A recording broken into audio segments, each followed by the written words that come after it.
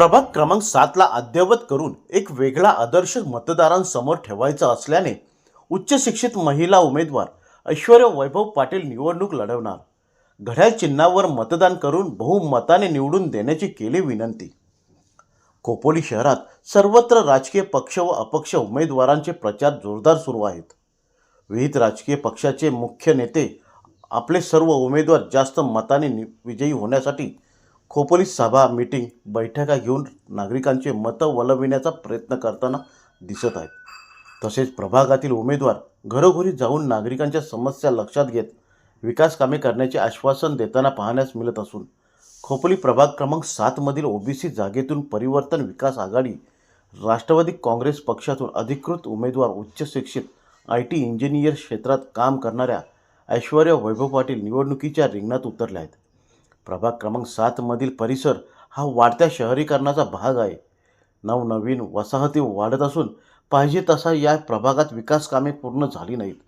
प्रचार करत असताना नागरिकांच्या विविध समस्या उद्भवत असून अनेक समस्या सोडवायच्या आहेत आणि नवनवीन संकल्पना मनात ठेवून अधिकृत उमेदवार ऐश्वर्या वैभव पाटील निवडणुकीला सामोरे जाणार असल्याची माहिती त्यांनी दिली. प्रभाग क्रमांक 7 मधील राष्ट्रवादी काँग्रेस पक्षाच्या अधिकृत उमेदवार ऐश्वर्या वैभव पाटील आणि प्रशांत जयेंद्र शेंडे यांचा घरोघरी प्रचार सुरू असून स्थानिक मतदारांची संख्या मोठ्या संख्येने वाढताना पाहण्यास मिळत आहे. त्यांना स्थानिक रहिवासी व मतदारांनी प्रथम पसंती असल्याने येत्या निवडणुकीत प्रभाग क्रमांक 7 मधील मतदार मोठ्या संख्येने मतदान करतील अशी अपेक्षा उच्चशिक्षित महिला उमेदवार ऐश्वर्या वैभव पाटील यांनी व्यक्त केली आहे.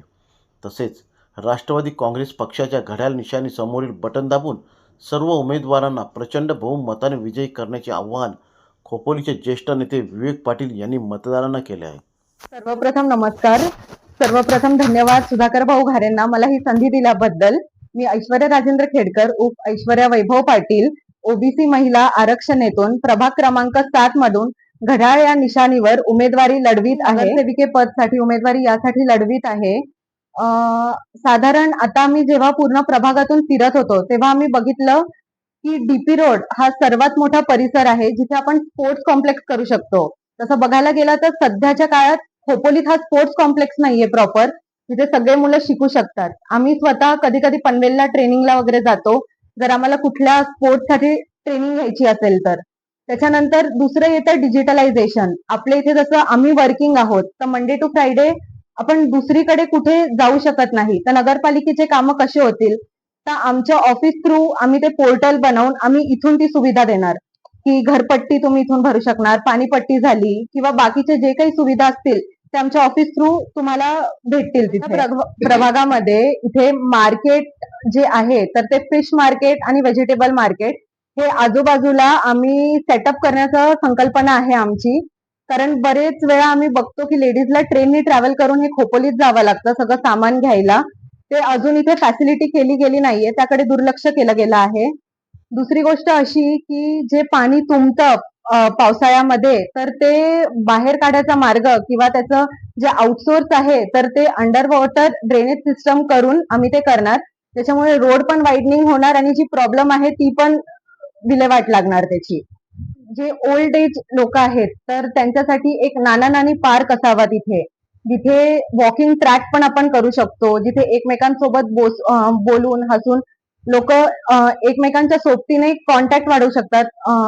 त्याच्यानंतर आलं एक STP प्लांट, जिथे वॉटर पोल्युशन जे होत आहे इंडस्ट्रीयल एरियामुळे ते सगळं क्लीन करून आपण लोकांना चांगलं वॉटर सप्लाय करू शकतो. आता जेव्हापासून म्हणजे आम्ही 18+ झालोय आणि वोटिंग करतोय तेव्हापासून आम्ही बघतोय की कोणी येऊन हे विचारत नाही की तुमचे प्रॉब्लेम्स काय आहे.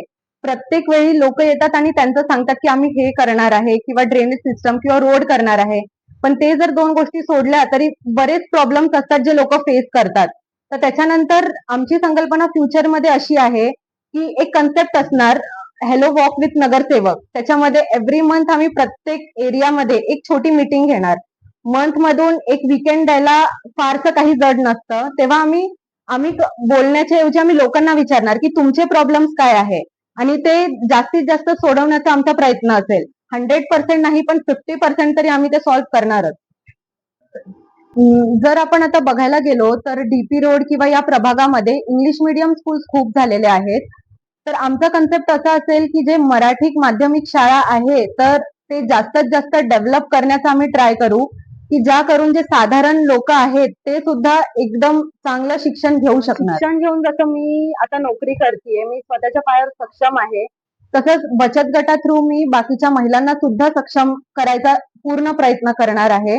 नगरपालिकेचे वेगवेगळे योजना असतात, जसं लघु उद्योग झालं, त्यामार्फत मी त्यांना त्या योजना देऊन त्यांना एज्युकेट करून की ही योजना कशासाठी आहे ते करून ते राबवण्याचा पूर्ण प्रयत्न करणार. प्रचार रॅली करत होतो तेव्हा समतानगर झालं किंवा तांबडीचा परिसर झाला, तिथे आम्ही बघितलं की घराच्या ज्या कंडिशन्स आहेत तर त्या थोडे डिफिकल्ट होत्या.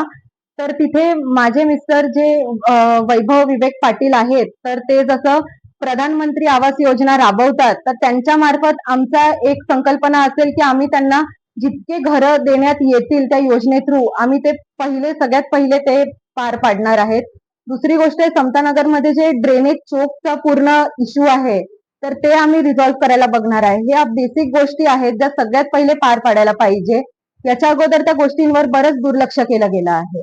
मी माझ्या प्रभागातील मतदारांना ही विनंती करेल की खोपोलीच्या सर्वांगीण विकासासाठी परिवर्तन विकास आघाडीचे नगराध्यक्ष पदाचे उमेदवार डॉक्टर सुनील गोटीराम पाटील व प्रभाग क्रमांक 7 चे उमेदवार प्रशांत शेंडे व मी ऐश्वर्या राजेंद्र खेडकर उर्फ ऐश्वर्या वैभव पाटील या सर्वांना बहुमतांनी विजयी करा. सर्व बंधू भगिनींना आव्हान करतो की घड्याळ चिन्हावर राष्ट्रवादीचे पक्षाच्या घड्याळ चिन्हावर बटन दाबून सर्वांना बहुमताने विजयी करा.